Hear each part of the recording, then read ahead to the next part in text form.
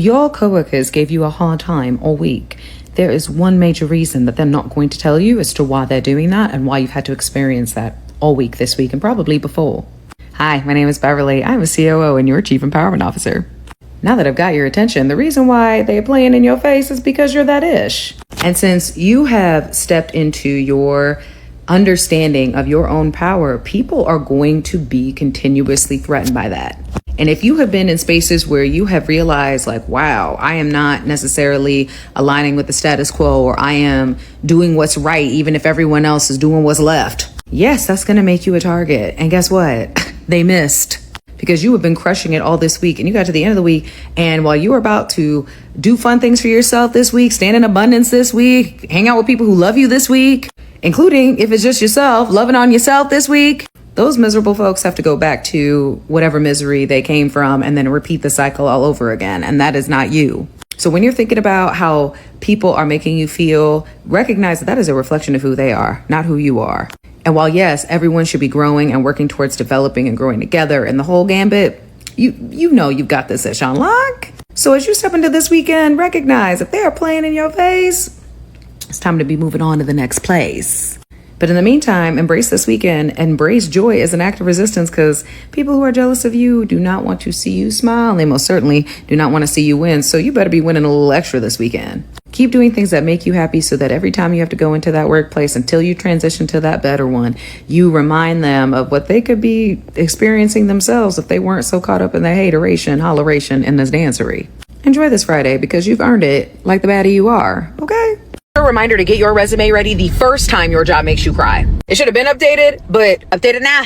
I cannot tell you how many times I have cried in bathrooms, cried on the train, and when they really got to me, cried in a meeting. Ugh, I hate those. Especially as someone who doesn't typically cry a lot, it's irksome. Do not ignore your body and your mind telling you that your situation is no longer serving you. And this does not mean that if somebody says something unkind to you, immediately quit or immediately whatever, but trust that feeling. If they do not apologize, like I have literally said to somebody who yelled at me, screamed at me on the phone. And when I said, you will not speak to me that way, like that really made me upset. And I'm like clearly emotional about being screamed at. Their response was, I can understand why you feel that way and I'll be more conscientious in the future. No apology, no accountability. And I still stayed longer than I should have because I was like, well, you know, they said they'll think about it. So do not let that be a reason why you're staying in places where people are making you cry. And this is for everyone, because I have consoled male employees as well who have cried at work many a time. Everybody cries, even leaders cry. But if you are crying because they've passed you up again for another opportunity, even though you know you're qualified for it, and their response to you every time are some excuses or whatever the case to string you along, or if every year you're getting these 2% raises and nothing else, the response to you every time is just keep growing, just keep building, whatever.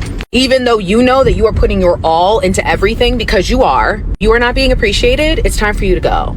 Trust your tears the first time so that you can collect them, slurp them back, and then head to that next opportunity who will appreciate you and never make you cry again. Or you know what? If they do, they'll make you cry tears of joy because you'll be so happy about how well you're being appreciated.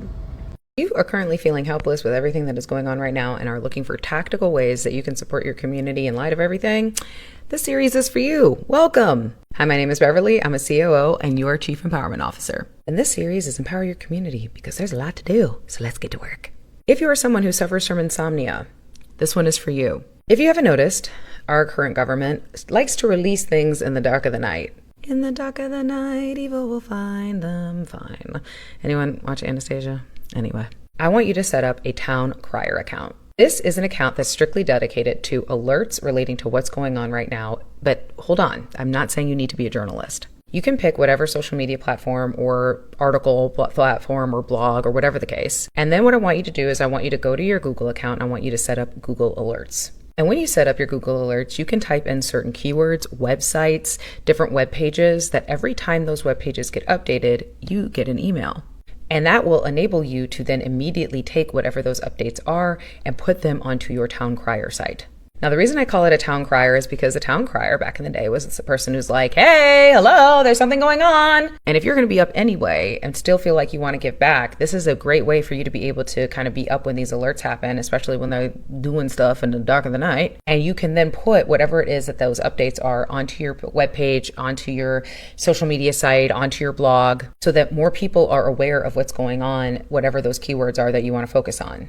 And the reason why I'm recommending specific sites that enable people to subscribe to them is so that they can get those updates when you update them. So every time you cry to the town, somebody will get a notification. This is also great if you want to provide updates relating to different educational resources. So maybe you don't necessarily want to keep up with current events, but you want a centralized space for academic resources or case studies or different things that will help provide context on what's going on. Same thing, every time you provide an update, people can get a notification. You don't necessarily have to be on camera for this either. So if you're somebody who doesn't necessarily want a public persona, but you want to be able to give back in a way that is, supportive to your community, then you can do so by being the first to know because you've set up those alerts and then letting the rest of the community know so that they have consistent communication. Community education is critical at a time where there's a lot of misinformation. So if you are somebody who naturally stays up late or struggles with insomnia for whatever reason, you're going to be the first to know a lot of things that are happening on the ground. And again, I'm not saying you have to be a reporter. You can put those alerts or those articles or whatever has been updated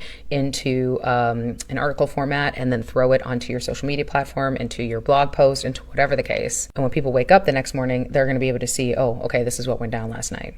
And if more people are informed, then more people know how they can help each other get through what's going on. And it puts a lot of pressure on individuals who are doing nefarious things in the nighttime. Because at the end of the day, what's dark will always come to light. And you can be a part of the light. Don't fall for the darkness. How to speak up for yourself in a dominant environment. Number one, the first chance you have to speak up, take it. Don't ask yourself if it sounds smart enough or eloquent enough. Just get those thoughts out of your head. That's checkers. This is chess.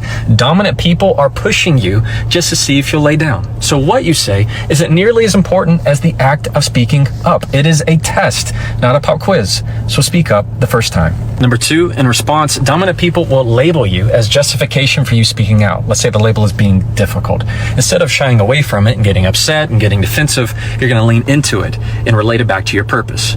That's right. I am difficult. That's what I have to be to get my voice heard around here. And if that's what I have to do to help the clients, help my family, help this company, I'm going to be difficult all day long. Number three, strengthen your sentences. That means drop the backstory and just lead with your first point. If you're in a dominant environment and it's your turn to contribute, don't start your sentence with, so I was driving to work today, and as I was driving, I was thinking about, interest is just going to turn off. Just lead with your first point. If they have questions, they'll ask. But if you shorten up those sentences, it makes you sound way more dominant. So try that and follow me. Hey Jefferson, so how do they pick a jury anyway? Great question, so glad that you've asked. When it comes to picking a jury, most people think that we pick them like a kickball team, or we say, I'll have that one and you'll have that one. That's not how it happens at all. Instead, it's a process of elimination, meaning we take a big panel, we have a series of strikes, and then whoever is left, that becomes the jury. In our system, we don't want jurors that have bias, prejudice, or sympathy. Now that's very hard to do because, well,